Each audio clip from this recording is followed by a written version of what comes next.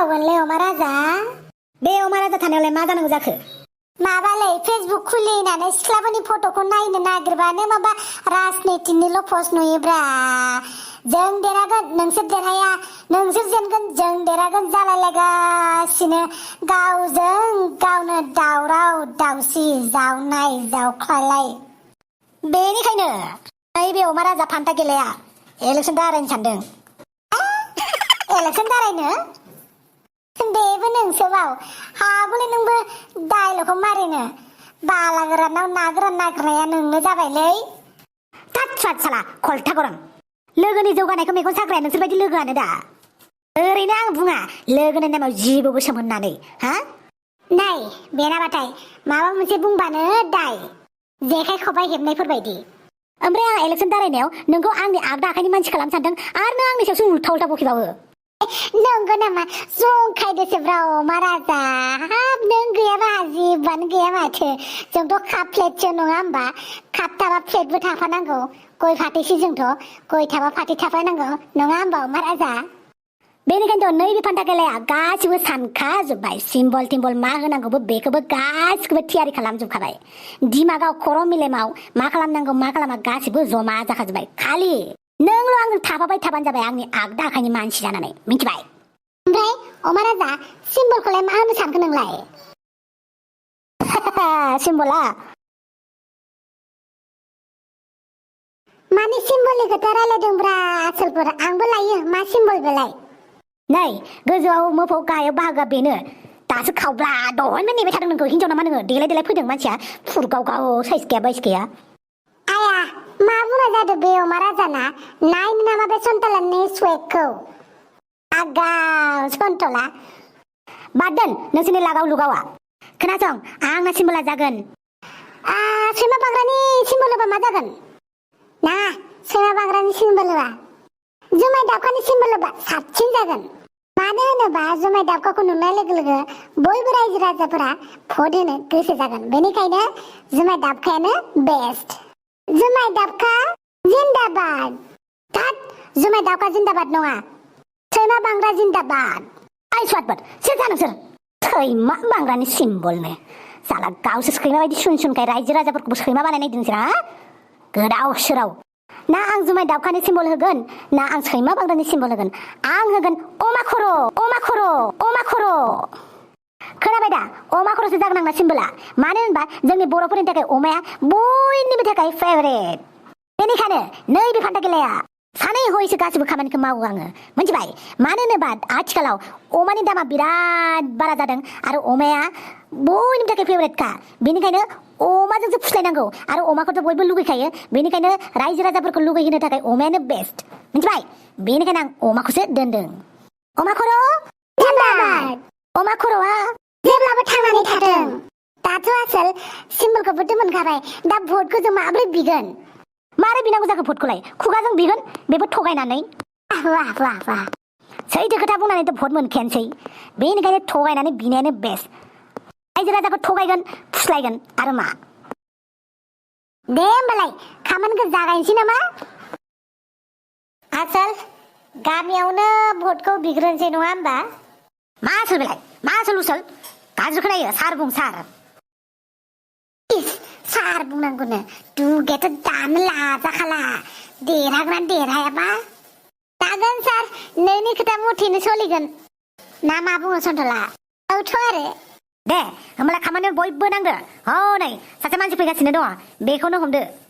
आंथ' आरो बेथ' जालाखब माहाजोनसो नोंसोर जेबो उल्था फुल्था बुंना होनाङा मिथिबाय आं बुंगोन जा बुंनांगौ अमा राजा माबा अमा खर'नि खोथा खोनालाबायदों नंगौ नामा नंगौ नंगौ नंगौ अमा खर'आव भट होनांगौ मानो आं अमा खर'आव भट होनांगौ जेनेबा आमाय नोंबो बर' आंबो बर' अनलायलायनानै थागोन जों बयबो ज' ज' बेनिखायनो अमा खर'आव भटखौ होदोल' आमाय मा लाब जागोन आं नोंनाव भट होबा मा मोनगोन आं बिनि सोलाय मा आंखाल जादों बेखौल' बुं आं सुफुंजोबना होगोन ना आमाय आच्छा होमारगोनथ' बिदिबा नों आंनो अमा फार्मखौनो खुलिनानै हो आं अमा फार्म खुलिना होबानो नोंनो भट होगोन आं बे अमा फार्मखौनो मामुलिखौनो बिनिफ्राय एसे गिदिरसिन बुस्थु बिबाबो आं होगौमोन ना जायो आमाय खालि नों भटखौल' हो आंनो बेफोरखौ सिन्था खालामनाङा दे होमबालाय आं नोंनोनो होगोन अमा खर'आव अमा खर'नि ओइ दे होमबालाय नोंसोर थाथ'लायदो आं थांनोसै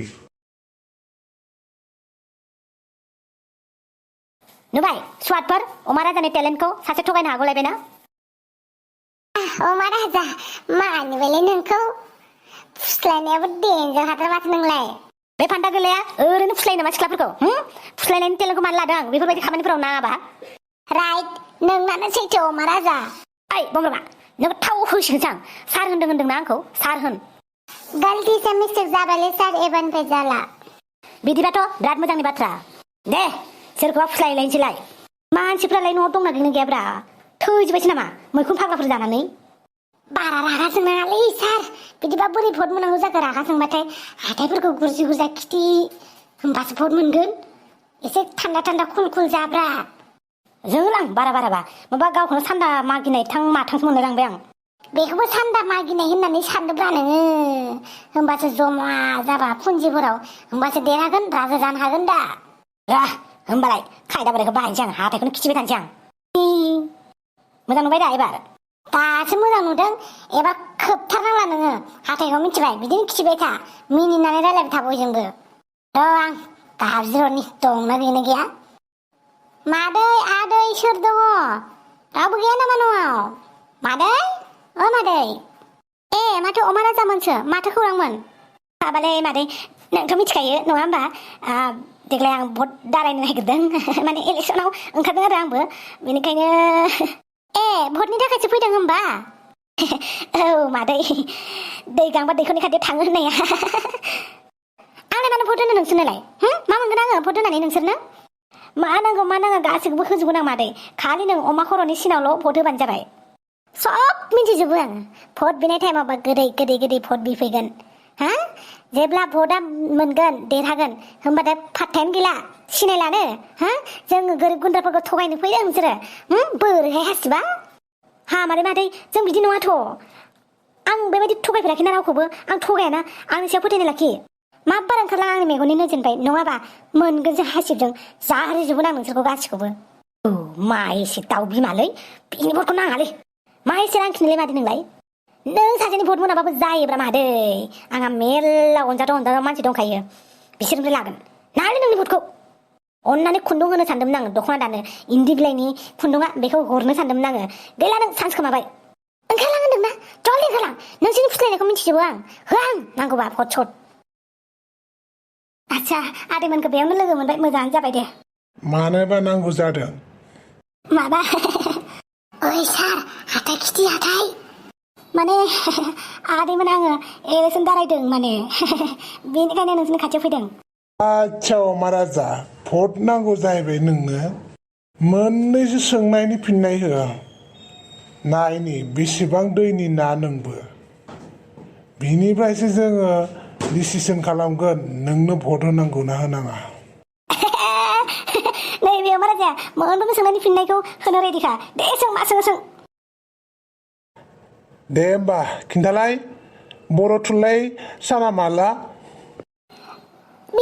बेखौनो जाबाय बे अमा राजाया आबैनि आबौ आबैनि आबौ आबौनि आबै आबैनि आबौमोना जेब्लानिफ्राय जोनोम जानानै बर' राव रायज्लायजेनदों बेनिफ्रायनो जोनोम मोननायब्रा बुरबकसाला बे मोनसे कुइसननि एन्सारखौनो होनो रोङाखै नोङो बेनो पलिटिक्स गेलेनो फैदों जायासै नामा होमबालाय दे होमबा बेलेग कुइसन सोंफिन दे होमबा बुं जोंनि बड'लेण्डआव मोनबेसे डिस्ट्रिक्ट दं बेखौनो रोङा जाबाय बड'लेण्डआवलाय मोनसेल'सो डिस्ट्रिक्ट दङ दा बड'लेण्ड जेरै मेघालय आसाम दाइट बुरबक मोनसेबो सोंनायनि फिननाय मोजां होनो रोङा भट गेलेनो फैदों गोख्रै लाबोनिफ्राय जागोन बयबो गावबागाव कुइसन बानायनानै सोंनो हायो आंबो हायो आरो नोंसोरखौलाय आंबो सोंनो हायो सोंनो नामा आंबो बेयाव थेफुथलाथार माथो दे सों मा सोङो तुला बायदि गोजावो मोसा बायदि बारो मा बेलाय मा कुइसन बेलाय दालाय गावबागावनि कुइसनखौ बयबो हाखायोब्रा मालाय कुइसनखौसो हाया हाला नामा देलाय नोंनो बुंलाय मा बे दालाय माथो रोङाखै एम्बु बेनि फिननाया जाहैबाय एम्बु जेरै नोंसोरनो दैखरनि एम्बुआ दैखराव थानानै एबं होनबाय थाग्राया खामानि गैया ना नोंसोरनि भटखौ होआबा होआ होननानै डाइरेक्ट बुंखानांगौ मा खायलें कुइसन सोंनाय बेलाय आसलफोर थांनोसै आइयाव अमा राजाया जोंखौसो दैखरनि एम्बु बानायनानै गालांबाय माथो बेनोथ' जाबायलै दानि गथ'फोरखौ खामानि दामानि मावनो रोंलानोसै मालायनि राजनिति गेलेनायखौनो लानानै माबा मिबि गावसोरसो दान्थे बिदान्थे जालायलायबाय थागोन फेसबुकफोरावबो नायलाय खालि राजनितिनिल' खोथा नुबाय थागोन खामानि मावनांगौ दामानि मावनांगौ गावबा गावनि केरियारखौ दानांगौ बेफोरखौ मोनथिला माबा सोर मा खालामनो नायदों सोर मादों बेफोरखौसो दावराव जालायगासिनो गावजोंनो गाव मा होनबावनो आरो दानि गथ'फोरखौलाय मा होनबावनो बेनोथ' बुंबाबो दाय बुङाबाबो दाय आदसा आसोलफोर रायजो राजाफोरखौ फुस्लायबाबो फुस्लायनो हायासै माथो माखासेखौ आफा जेबो नङालै मेरला टाइम दंबावो फुस्लायनो एबार अमा खर'खौ होखाबासो डाइरेक्ट फैखासिगोन बायदि मोनबाय आं मानसिफोरखौ जोंनि टिमाव एसे माथा मारिनानै रायजोफोरखौ फुस्लायाबा जानाय नंला दा रायजोफोर नायगिरि रायजोफोर नोंथांमोना जोंखौ नेक्स्ट एपिसोडआव नायनो थाखाय नेनानै थादो ना मा बुङो दिनैनि थाखाय एसेनोसै